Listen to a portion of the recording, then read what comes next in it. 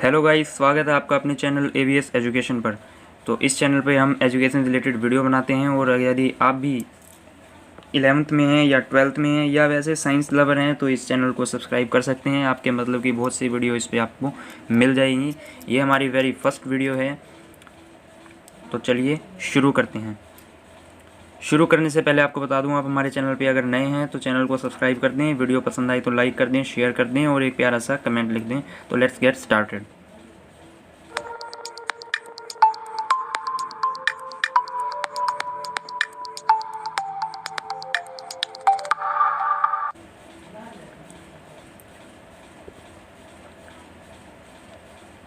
तो आज की वीडियो का जो हमारा टॉपिक है वो है फिज़िक्स में डिवाइसेस के ऊपर। और डिवाइसेस में भी सबसे पहला डिवाइस जो 12th के अंदर आता है वो है वेन डी ग्राफ जनरेटर।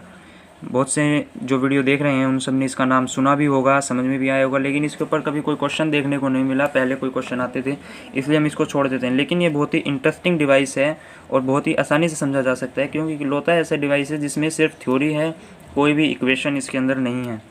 तो यदि ये अगर पेपर में आ भी गया तो आप आसानी से इसको लिख सकते हैं। और जो ये पिक्चर देख के भी आप समझ सकते हैं, काफ़ी इंटरेस्टिंग डिवाइस है। कई मूवीज़ में या कार्टून वगैरह में आपने देखा होगा, एक बड़ी सारी बॉल सी होती है, बॉल पे हाथ रखते हैं, हाथ रखते हैं, हमारे जो बाल है वो खड़े हो जाते हैं या थोड़ा करंट जैसा महसूस होता है। तो वो एक वेन डी ग्राफ जनरेटर का छोटा मॉडल होता है। असल में इतना बड़ा तक बनाया जा सकता है, जैसा आप देख सकते हैं ये बहुत बड़ा मॉडल इसका बनाया गया है। ये साथ में खड़े दो साइंटिस्ट हैं, जो उनके हिसाब से आप पता लगा सकते हैं कितना बड़ा मॉडल इसका बनाया गया है। तो चलिए शुरू आगे चलते हैं, इसके बारे में पता करते हैं और इसमें क्या क्या कंस्ट्रक्शन है, क्या क्या इसकी वर्किंग होती है या कैसे कैसे ये काम करता है और इसके मेन यूज़ क्या है। चलिए आगे चलते हैं। यहाँ पर जो है outer image of laboratory model of the device दे रखी है। जो लैब के अंदर जो मॉडल होते हैं उसकी एक इमेज यहाँ पे दी हुई है। ये वेन डी ग्राफ जनरेटर सिर्फ इतना नहीं होता, इसके साथ हमको ये वाला पार्ट भी चाहिए होता है। ये है छोटी डिस्चार्ज ट्यूब, ये अपने को ज़रूर चाहिए होती है। ये है इसका मेन मेटेलिक होलोस्फीयर। इसके अंदर एक कन्वेयर बेल्ट होती है और भी बहुत से पार्ट होते हैं, वो आपको आगे पता लग जाएंगे। चलिए आगे पता करते हैं इसके अंदर और कौन कौन से पार्ट्स होते हैं। तो इसमें वर्किंग के अंदर हम देख रहे हैं कि सबसे पहले इसमें एक प्रिंसिपल होता है, स्ट्रक्चर है, वर्किंग है, यूजेस और ड्रॉबैक्स। ये 5 मेन पॉइंट्स होते हैं। ये पॉइंट्स किस लिए होते हैं?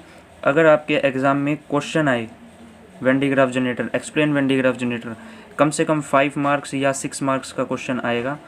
अगर इस टॉपिक पे आया तो इतने में ही आएगा, 2-3 नंबर का क्वेश्चन इस टॉपिक के ऊपर नहीं बनता है। तो उसको करने का पैटर्न क्या होता है? पैटर्न इस टाइप का होता है। कई बार हम क्या करते हैं, सीधी थ्योरी लिखाते हैं, उसमें ना हेडिंग बनाते हैं ना डायग्राम कुछ, तो उसके लिए नंबर कट जाते हैं।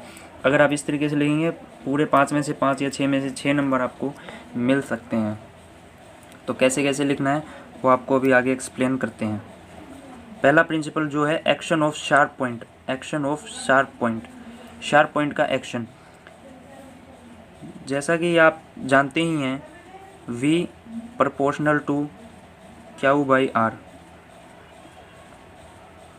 आर रेडियस है कर्वेचर की, या साइज़ कह सकते हैं, साइज़ के लिए देख सकते हैं हम, और क्यू है चार्ज। यानी कि अगर अपना क्यू अगर कांस्टेंट है तो आर जितना ज़्यादा कम होगा, यानी जितना कम होगा पोटेंशियल उतना ही हाई होगा, क्योंकि आप देख सकते हैं इन्वर्सली प्रोपोर्शनल है। आर कम हुआ तो पोटेंशियल हाई हुआ। यही एक्शन ऑफ शार्प पॉइंट्स है और ये शार्प पॉइंट आपको यहाँ पे चार्ज कॉम पर देखने को मिलते हैं। जैसे ये छोटे छोटे पॉइंट्स आप देख सकते हैं, थोड़ा जूम करके देख लेते हैं। ये छोटे छोटे जो पॉइंट्स हैं यही है शार्प पॉइंट्स। इन्हीं की वजह से पोटेंशियल जो है हाई हो जाता है, और हाई पोटेंशियल गेन करने के लिए ही इस डिवाइस की इस्तेमाल या यूज़ किया जाता है। और दूसरा जो प्रिंसिपल है इसका वो है charge given to metallic sphere uniformly spread over it. इसका क्या मतलब हुआ? यदि हम एक जगह इसको चार्ज देते हैं मेटेलिक स्फीयर को, तो ये पूरी सरफेस के ऊपर स्प्रेड ओवर हो जाता है। यानी एक आसान भाषा में समझिए तो एक जगह अगर हमने चार्ज दिया तो पूरे के पूरे ऊपर फैल जाता है। ये इसका एक खास पॉइंट है। आगे चलते हैं स्ट्रक्चर के बारे में। स्ट्रक्चर यानी किन किन चीज़ों से मिलकर ये बना होता है। तो इसके अंदर सबसे पहले आता है voltage source. High voltage source होता है अप्रोक्सीमेटली 10⁴ वोल्ट इसके अंदर यूज़ की जाती है। दूसरे होते हैं कॉम्प्स, दो तरह के कॉम्प्स इसके अंदर यूज़ किए जाते हैं। एक होता है चार्ज कॉम्प जो वोल्टेज सोर्स से कनेक्टेड है, दूसरा है कलेक्टिंग कॉम्प जो यहाँ पे कन्वेयर बेल्ट से कनेक्टेड है। तीसरी इसके अंदर कन्वेयर बेल्ट है जो चार्ज को ले जाने का ले जाने का काम करती है, लेकर चार्ज आती है, वापस खाली आती है, फिर चार्ज लेकर जाती है, फिर खाली आती है। चौथा इसके अंदर मेटल स्फीयर है, लार्ज है, होलो स्फीयर है और जिसका यूज़ चार्ज एक्यूमुलेट करने के लिए किया जाता है। आगे चलते हैं वर्किंग पर। तो कैसे ये वर्क करता है?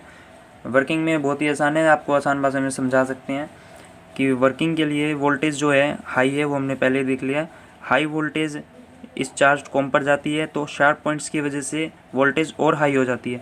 उस हाई वोल्टेज से हाई चार्ज इस कन्वेयर बेल्ट से जाता है, इस कलेक्टिंग कॉम्प पर कलेक्ट कर लिया जाता है और ये प्रोसेस बार बार रिपीट होती रहती है। बेल्ट चार्ज ऊपर जाता है, फिर बेल्ट नीचे आती है, फिर चार्ज ऊपर जाता है, फिर बेल्ट नीचे आती है। तो यहाँ पे चार्ज की डेंसिटी वो बहुत ज़्यादा हो जाती है। तो ज़्यादा डेंसिटी होने के कारण चार्ज थोड़ा लीकेज शुरू हो जाती है। लीकेज से जो सरफेस के ऊपर एक्यूमुलेटेड चार्ज था वो यहाँ तक चार्ज था, वो अब यहाँ तक आना शुरू हो जाता है। समझे? लीकेज की वजह से जो चार्ज यहाँ था सिर्फ सरफेस के ऊपर था वो आगे आना शुरू हो जाता है। और अगर इसके आसपास एक और मेटल स्फीयर लेके आएंगे तो अपने को एक स्पार्क देखने को मिल सकता है और उस स्पार्क के लिए ही हम यूज़ करते हैं जो दूसरी चीज़ जो दिखाई थी, डिस्चार्ज ट्यूब का यूज़ करते हैं। वहाँ पे आपको एक स्पार्क देखने को मिल सकता है और इस स्पार्क में जो एनर्जी है वो हाई वोल्टेज के कारण एनर्जी है, उसका यूज़ कर सकते हैं हम पार्टिकल एक्सेलरेट करने के लिए। जो यूज़ इसके अंदर आता है पार्टिकल एक्सेलरेटर का यूज़ कर सकते हैं। तो किन किन तरह के पार्टिकल भी एक्सेलरेट कर सकते हैं? उसमें आते हैं अल्फ़ा पार्टिकल्स आ सकते हैं, उसमें ड्यूटेरियम आ सकता है, उसमें न्यूट्रॉन आ सकते हैं। इस तरह के पार्टिकल्स को ये एक्सेलरेट कर सकते हैं। और दूसरा इसका बड़ा यूज़ है एटॉमिक फ़िज़िक्स के बारे में हम स्टडी कर सकते हैं। एटॉमिक फ़िज़िक्स को स्टडी करने के लिए भी इसका यूज़ किया जाता है। तो सबसे लास्ट इसकी आती है ड्रॉबैक्स। ड्रॉबैक्स क्या क्या है? ड्रॉबैक इसका पहला मेन ड्रॉबैक तो ये है कि इसमें हाई वोल्टेज का यूज़ होता है। सबसे पहले तो हम 10⁴ वोल्टेज में यूज़ कर ही रहे हैं, उसके बाद ये उसको कन्वर्ट कर देता है 10⁶ वोल्टेज के अंदर। तो वेरी डेंजरस होता है, अगर थोड़ी भी अगर गलती हो गई तो किसी की जान भी जा सकती है। दूसरा इसके अंदर है ये कुछ एक लिमिटेड पार्टिकल्स को ही एक्सेलरेट कर सकता है। ऐसा नहीं है कि ये हर एक टाइप के पार्टिकल्स को एक्सेलरेट कर देगा, लिमिटेड पार्टिकल्स ही, जैसे अल्फ़ा पार्टिकल या न्यूट्रॉन या ड्यूटेरियम बताया था आपको, जिनमें थोड़ा मास होता है, इलेक्ट्रॉन्स को ये एक्सेलरेट नहीं कर सकता। तो ये इसके थे ड्रॉबैक्स। तो आशा करता हूँ आपको वेन डी ग्राफ जनरेटर के बारे में समझ में आ गया होगा। और अगर आप इसके नोट्स चाहते हैं तो डिस्क्रिप्शन में आपको लिंक मिल जाएगा हैंड रिटन नोट्स का। वैसे के वैसे यूं के यूं नोट्स अगर आप एग्ज़ाम में लिखाए तो आपको पूरे में से पूरे नंबर लेने से कोई नहीं रोक सकता। जितने नंबर का क्वेश्चन आएगा उतने के उतने नंबर आपको मिलेंगे। आपको बस थोड़ा सा ध्यान रखना है, डायग्राम साफ सुंदर बनाने चाहे तो ये वाला डायग्राम बना सकते हैं, या जो आपकी बुक के अंदर जो डायग्राम दिया होता है वो एक 2D डायग्राम होता है, वो बना सकते हैं। मैंने यहाँ पे 3D डायग्राम लिया ताकि आपको आसानी से समझ में आ जाए कि रियल में ये कैसा होता है। तो आज का हमारा टॉपिक है यहीं पे ख़त्म होता है। अगली स्लाइड के अंदर हमें दिखता है सिमिलर डिवाइसेस, यानी इसी तरह की और भी कई पार्टिकल एक्सेलरेटर्स होते हैं, जिसमें एक आती है बोनेटी मशीन या विमस्टंट मशीन, दोनों एक ही तरह की होती हैं। इसमें क्या यूज़ होता है, जैसे वेन डी ग्राफ जनरेटर में तो बेल्ट का यूज़ था, इसके अंदर डिस्क का यूज़ होता है। उस डिस्क को हैंडल से घुमाते हैं अपन, जैसे साइकिल का पैडल काम करता है वैसे ही यहाँ पे डिस्क काम करती है।